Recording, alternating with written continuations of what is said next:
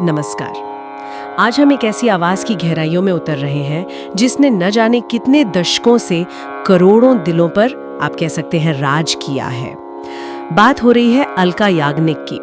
उनकी आवाज में आखिर ऐसा क्या है, वो क्या जादू है जो हर गीत को इतना खास बना देता है। हमारे पास ना कुछ नोट्स हैं, ये असल में एक वीडियो स्क्रिप्ट से लिए गए हैं और इनमें अलका जी का जो गाने का अंदाज है, उनका रियाज का तरीका, उस पर थोड़ी रोशनी डाली गई है।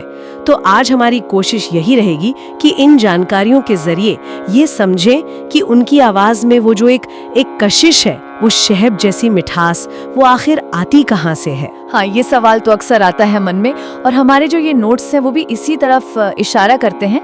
एक लाइन है उसमें, हर सुर में मिठास, हर शब्द में भावना, कैसे बनती है इतनी मीठी आवाज। चलिए आज इसी पहेली को सुलझाने की कोशिश करते हैं मिलके। तो सबसे पहली बात जो शायद सबसे अहम भी है, वो है सुबह का रियाज। ये नोट्स बताते हैं कि वो सुबह जल्दी उठकर अभ्यास करती हैं। ये तो कई गायक करते हैं, लेकिन उनके तरीके में क्या खास है? बताया गया है कि सुबह का वक्त वो गले के लिए सबसे अच्छा मानती हैं, पवित्र भी। और रियाज कैसे?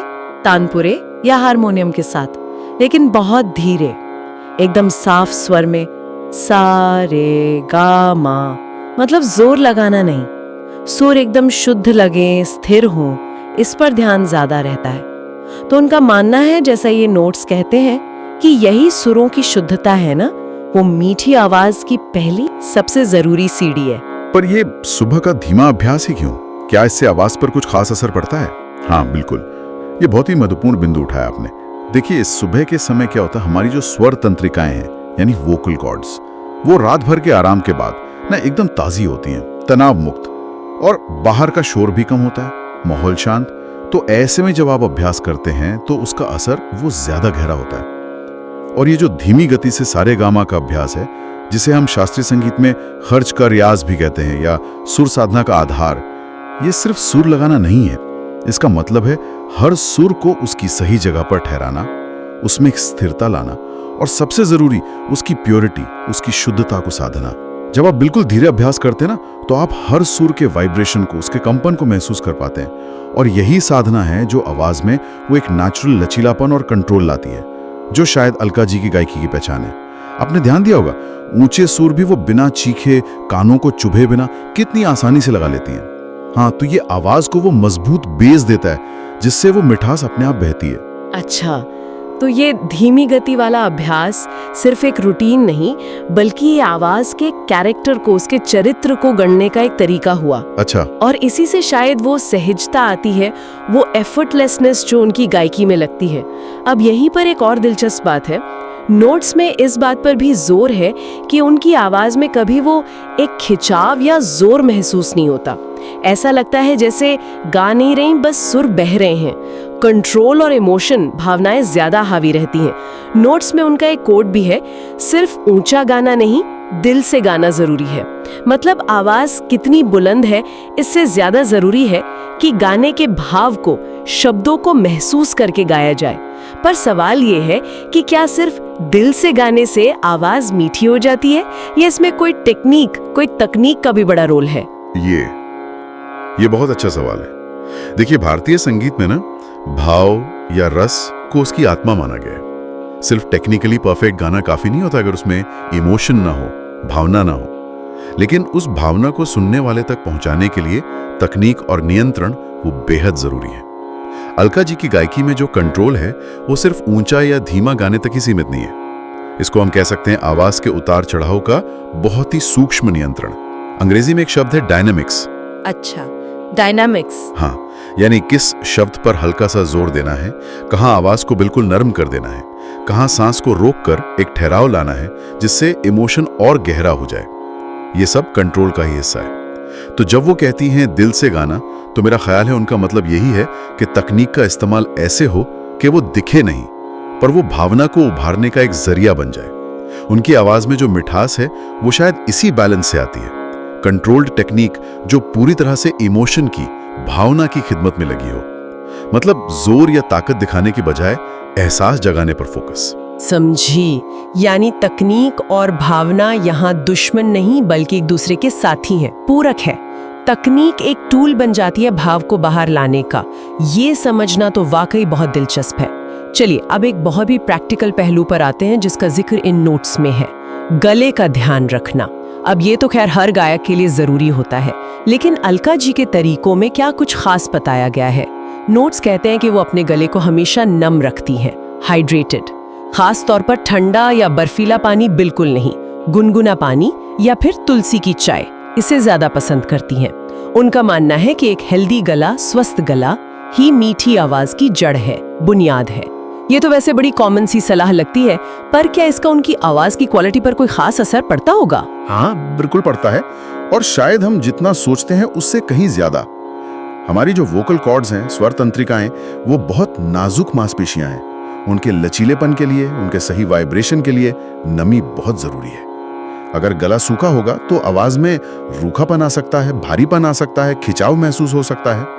अलका जी की आवाज में जो एक खास तरह की क्लैरिटी है, साफ आवाज बिना किसी खुरदुरेपन के, उसे बनाए रखने में हाइड्रेशन का बहुत बड़ा रोल हो सकता है। अच्छा। और गुनगुना पानी जो है वो गले की मांसपेशियों को रिलैक्स करता है, आराम देता है, ब्लड सर्कुलेशन बेहतर करता है, जिससे वो और आसानी से काम करती हैं। वहीं दूसरी तरफ बहुत ठंडा पानी या कोई ठंडी चीज मांसपेशियों में अकड़न पैदा कर सकती है। इससे आवाज की रेंज और उसका लचीलापन दोनों पर असर पड़ सकता है। और तुलसी के तो खैर पारंपरिक फायदे हैं ही गले के लिए, जैसे सूजन कम करना या इन्फेक्शन से बचाना। तो ये सब चीजें मिलकर गले को उस ऑप्टिमम, उस बेहतरीन कंडीशन में रखती हैं जहां से वो मीठी और सुरीली आवाज निकल पाती है।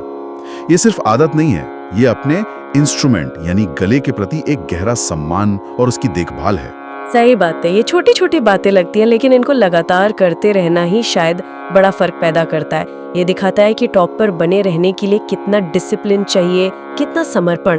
अच्छा, अब एक और अहम बात पर आते हैं जो इन नोट्स से निकल कर आती है, वो है सुनकर सीखना। नोट्स बताते हैं कि अलका जी ने लता मंगेशकर जी और आशा भोसले जी जैसी जो महान गायिकाएं हैं, उनको बहुत ध्यान से सुनकर काफी कुछ सीखा है। उनका ये मानना भी बताया गया है कि अच्छे गायकों को सुनना भी रियाज का हिस्सा है। अब ये सुनने में थोड़ा अजीब सा लगता है कि सुनना रियाज कैसे हो सकता है?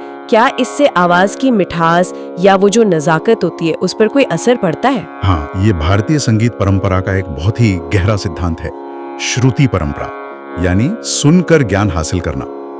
गुरु से सीखना अपनी जगह है, वो तो है ही, लेकिन महान कलाकारों को एक्टिवली सुनना, ध्यान से सुनना, वो भी उतना ही महत्वपूर्ण है। जब हम किसी सिद्ध कलाकार को, जैसे आपने नाम लिया लता जी या आशा जी, जब हम उन्हें सुनते हैं तो हम सिर्फ गाना नहीं सुनते, उनका स्टाइल, दो सुरों के बीच वो जो एक स्मूथ कनेक्शन होता है जिसे मींड कहते हैं, शब्दों का उच्चारण, किस शब्द पर कितना वजन देना है, सांस कहाँ लेनी है, और सबसे जरूरी इमोशंस को आवाज के जरिए कैसे एक्सप्रेस करना है। अलका जी की आवाज में जो एक खास नजाकत है, लोच है, और भावों को व्यक्त करने की जो क्षमता है, उसमें यकीनन इन महान गायिकाओं को ध्यान से सुनने का असर झलकता है। लता जी की वो प्रिसिजन, वो सटीकता, और आशा जी की वो वर्सेटिलिटी, वो बहुरंगी अंदाज, इन दोनों की बारीकियों को सुनकर और समझकर ही शायद उन्होंने अपनी एक अलग, अपनी एक खास शैली बनाई। तो हाँ, ध्यान से सुनना सिर्फ एंटरटेनमेंट नहीं है, ये दिमाग और कान का रियाज है जो आपकी अपनी गायकी को धीरे धीरे निखारता रहता है। वाह, क्या बात है! तो रियाज सिर्फ गले का नहीं हुआ, कानों का और दिमाग का भी हुआ। ये तो सीखने का एक बिल्कुल अलग ही पहलू सामने आ गया। तो अगर हम इन सब बातों को अब एक साथ रखें, सुबह का वो खास धीमा रियाज, फिर भाव और कंट्रोल पर जोर, गले की इतनी बारीकी से देखभाल, और फिर महान कलाकारों से सुनकर सीखना, तो अलका याग्निक की आवाज के जादू का राज क्या समझ में आता है? क्या है वो सीक्रेट? ये राज शायद किसी एक चीज में नहीं है, बल्कि इन सब चीजों का जो एक बैलेंस है, एक मिश्रण है, शायद उसी में है। ये एक होलिस्टिक अप्रोच है, एक समग्र नजरिया। इसमें क्लासिकल म्यूजिक की एक ठोस नींव है, खरज का रियाज, सुर की शुद्धता। इसमें आर्ट की, कला की एक गहरी समझ है, भाव पर जोर, आवाज का नियंत्रण। इसमें अपने शरीर, अपने साधन का सम्मान है, गले की देखभाल, और इसमें लगातार सीखते रहने की एक विनम्रता है, महान कलाकारों को सुनना। ये सब चीजें जब मिलती हैं, तब जाके वो आवाज बनती है जो टेक्निकली भी इतनी सधी हुई है और इमोशनली भी सीधे दिल को छू लेती है। कोई एक ट्रिक या नुस्खा नहीं है, बल्कि ये सालों की साधना, अनुशासन और कला के प्रति गहरे समर्पण का नतीजा है। जैसा कि स्रोत के आखिर में बहुत खूबसूरती से कहा गया है, मिठास आवाज में नहीं, भावना में होती है। बिल्कुल। ये लाइन शायद पूरी बात का सार है, निचोड़ है। तकनीक आपको सही सुर लगाना सिखा सकती है, बिल्कुल, लेकिन उस सुर में जान डालने के लिए, उसमें वो मिठास घोलने के लिए भावना और उसे एक्सप्रेस करने की कला वो जरूरी है। और जब तकनीक और भावना का ऐसा संगम होता है, तभी वो मैजिक, वो जादू पैदा होता है जिससे हम अलका याग्निक की आवाज में सुनते हैं। टिका हासिल करनी है तो सिर्फ टैलेंट काफी नहीं होता, उसके साथ कितनी लगन, कितना अनुशासन और कितनी गहरी समझ चाहिए होती है। ये सिर्फ गाने की बात नहीं है, ये तो किसी भी कला या हुनर को साधने का सूत्र लगता है। आज की इस चर्चा से हमने अलका याग्निक जी की गायकी के पीछे की जो मेहनत है, जो सोच है, उसे समझने की कोशिश की।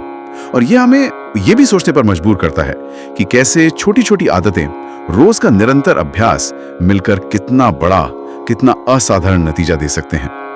जाते जाते एक विचार शायद हम सबके मन में छोड़ जाते हैं, किसी कला में महारत हासिल करने के लिए ज्यादा जरूरी क्या है?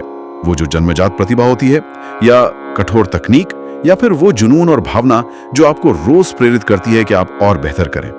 शायद असली जवाब, वो जादू इन सब के सही संतुलन में ही कहीं छिपा है। इस पर सोचिएगा जरूर।